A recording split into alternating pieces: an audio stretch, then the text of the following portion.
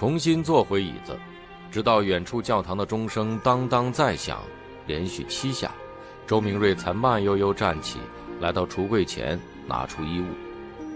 黑色马甲，同色正装，脚踝略紧的裤子，一顶半高礼帽，配上淡淡的书卷气息，让周明瑞望到镜中的自己时，仿佛在看讲述维多利亚时期故事的英剧。又不是真去面试，只是买个菜准备转运仪式的材料而已。忽然他低声嘟囔，摇头失笑。克莱恩是如此记挂即将到来的面试，以至于化成了身体的本能。当自己注意力不够集中时，就习惯性穿上了这唯一一套体面的衣物。呼了口气，周明瑞脱掉正装马甲，换上棕黄陈旧的外套，头顶也改成了同色圆边的毡帽。收拾好自身，他踱步至那架高低床边，抬起上方垫子，将手从底部不显眼的破洞处伸了进去，一阵摸索，找到了夹层。当他的右手缩回来时，掌中已多了一卷钞票，大概7、8张，色泽墨绿泛白。这就是班森目前所有的积蓄，甚至包含着3天的生活费，其中只有2张5苏勒的纸币，其余都是1苏勒的。在鲁恩王国的货币体系里，苏勒位于第2层，来源于古代的银币，1苏勒等于12铜便士，有1和52种面值。位于货币顶端的是金镑，同样属于纸币，但以黄金做保障，并直接挂钩。1金镑等于20苏勒，有1、5、10这3种面值。周明瑞展开钞票，闻到了很浅很淡的特殊油墨香，这是钱的味道。或许是来源于克莱恩的记忆碎片影响，或许是因为本身对金钱从未改变的渴求，这一瞬间周明瑞觉得自己爱上了这些小家伙。瞧，他们的图案是如此的精美，让留着2撇小胡子、严肃古板的乔治3世都显得那样可爱。看看，透过阳光看到的水印是如此的诱人，那精心设计的防伪标签让他与假冒的妖艳贱货截然不同。欣赏了几10秒，周明瑞抽出2张1苏勒的纸币，将剩下重新卷好，塞回了垫子内部的夹层。抚平破洞附近的布条，周明瑞将取出的2张纸币整整齐齐折好，放进棕黄外套左侧的口袋中，与裤兜里的几枚便士分开放置。做好这一切，他将钥匙揣入右侧口袋，拿上深棕色大纸袋，快步走向了门边。脚步声由快到慢，最终停了下来。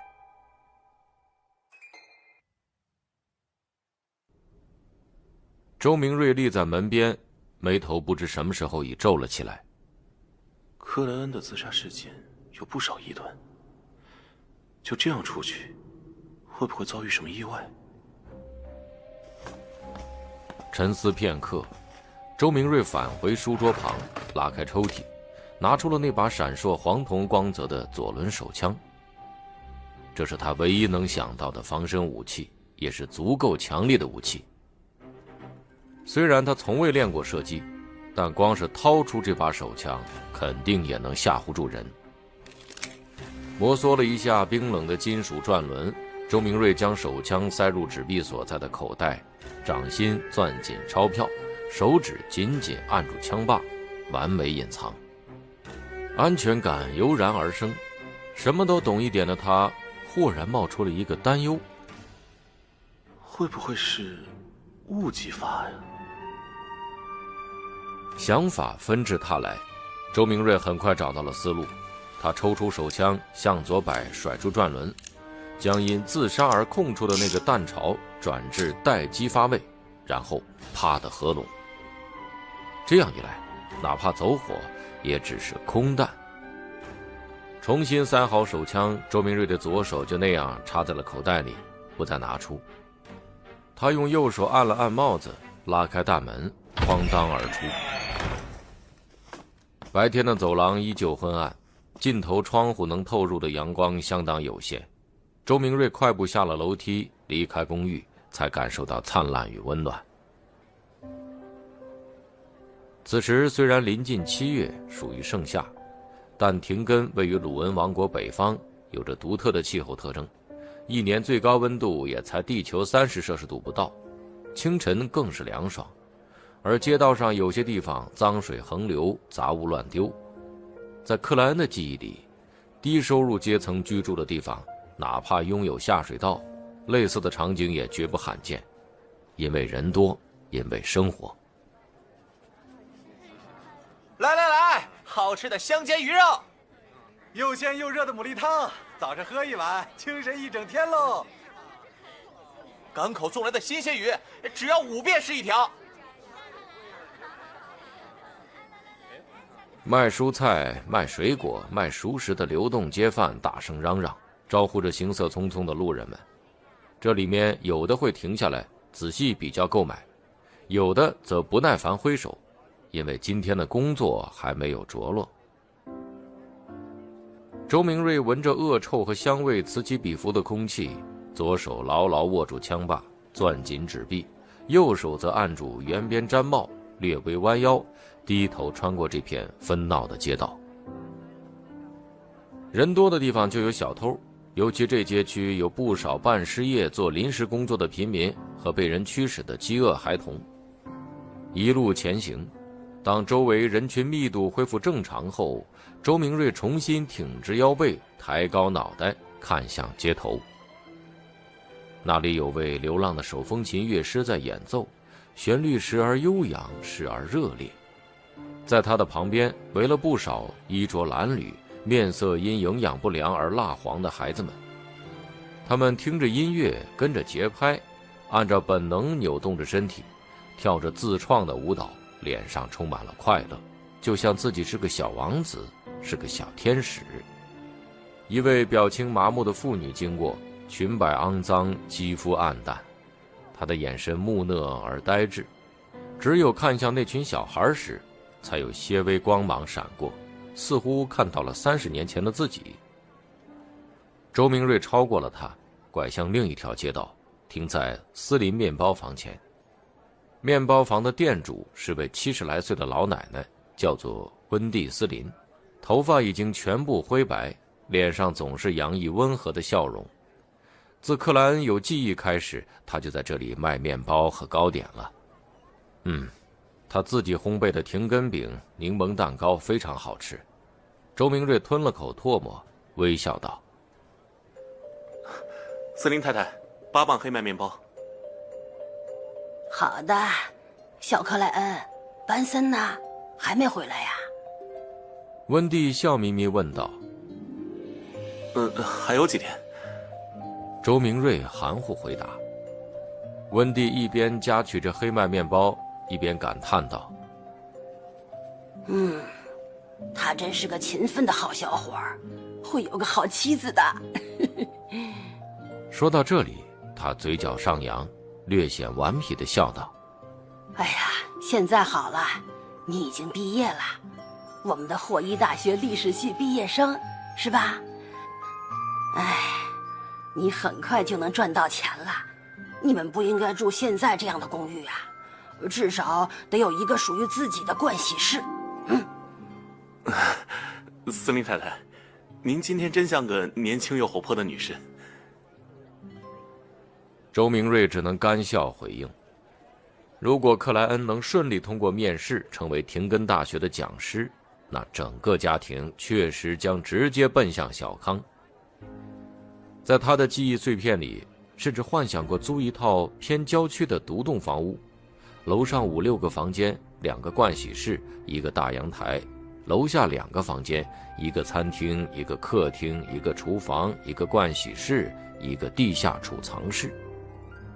这不是奢望，廷根大学哪怕实习期的讲师，周薪也能有2金镑，转正后是3金镑10苏勒。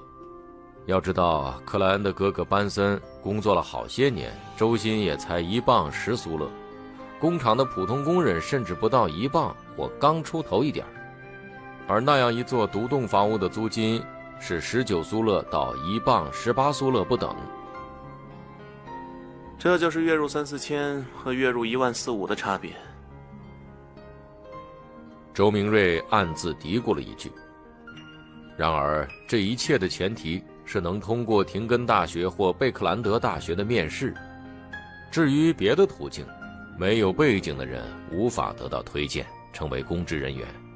而学历史的就业范围更是狭窄，贵族或银行家、工业大亨的私人顾问需求并不算多。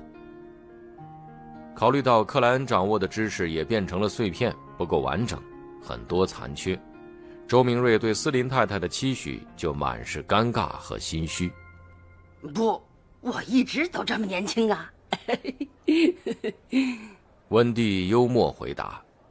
说话间，他将称量好的16条黑麦面包装入了周明瑞自带的深棕色大纸袋，一摊右手道：好了，9便士。每条黑麦面包的重量在0.5磅左右，而偏差不可避免。9便士？前2天不是要11便士吗？周明瑞下意识问道。上个月更是要15便士的。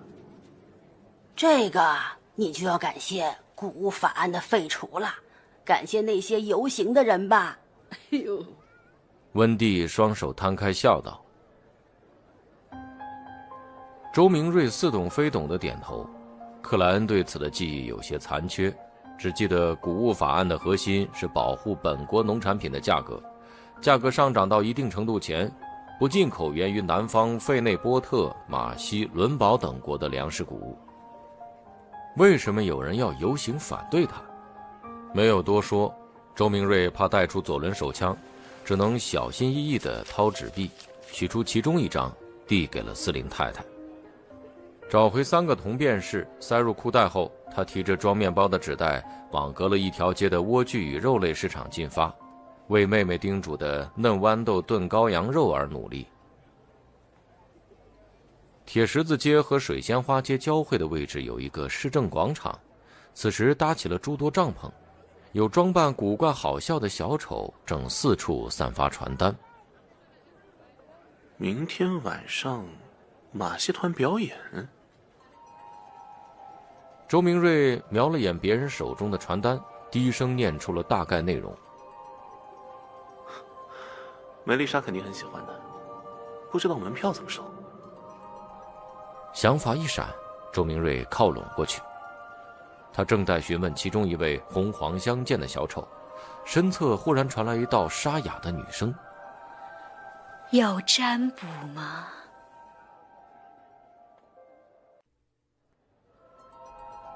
周明瑞下意识扭头望去，看见一个低矮帐篷前站着位头戴尖帽、身穿黑色长裙的女人。她脸上涂抹着红色与黄色的油彩，眼眸灰蓝深邃。不了。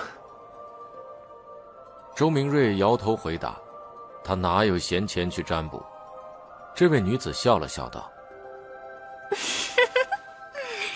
我的塔罗占卜很准的。塔罗？周明瑞顿时愣住。这个发音和地球上的塔罗纸牌非常相似。而地球的塔罗牌就属于一种算命扑克，只是多了一些各有象征符号的图形牌。等等，他豁然想起了这个世界塔罗占卜的由来。它并非来源于7位正统神灵，也不是古代遗留，而是在170多年前，由时任因蒂斯共和国执政官的罗塞尔·古斯塔夫发明。这位罗塞尔先生发明了蒸汽机，改良了帆船，推翻了因蒂斯王国的统治，并得到工匠之神教会的承认，成为新共和国的首任执政官。后来他南征北战，将伦堡等国纳入保护，让鲁恩王国、费内波特、福萨克帝国等北大陆强国相继低头，接着将共和国再次改为帝国，自称凯撒大帝。正是在罗塞尔统治期间，工匠之神教会得到第5纪以来第一份公开的神谕，将工匠之神的称呼改成了蒸汽与机械之神。罗塞尔还发明了塔罗占卜，并奠定了当前纸牌的组成和玩法。这里面就有周明瑞熟悉的几种类型，比如升级、斗地主、德州、昆特。另外，他派船队在风暴和乱流里找到了通向南大陆的航道，开启了殖民时代。可惜的是，他年老之后遭遇背叛，于第5纪1198年被永恒烈阳教会、原因蒂斯王族索伦家族和其他贵族联手刺杀，陨落于白风宫。记起这些常识，周明瑞忽地有些牙疼。这位不会是穿越者前辈吧？想到这里，周明瑞就有心看一看这里的塔罗牌究竟长什么样，于是对那位头戴尖帽、脸涂油彩的女子点头道：“如果不，价格合理的话，我试一试。”那女子顿时笑道：“先生，你是今天第一位来占卜的人，免费。”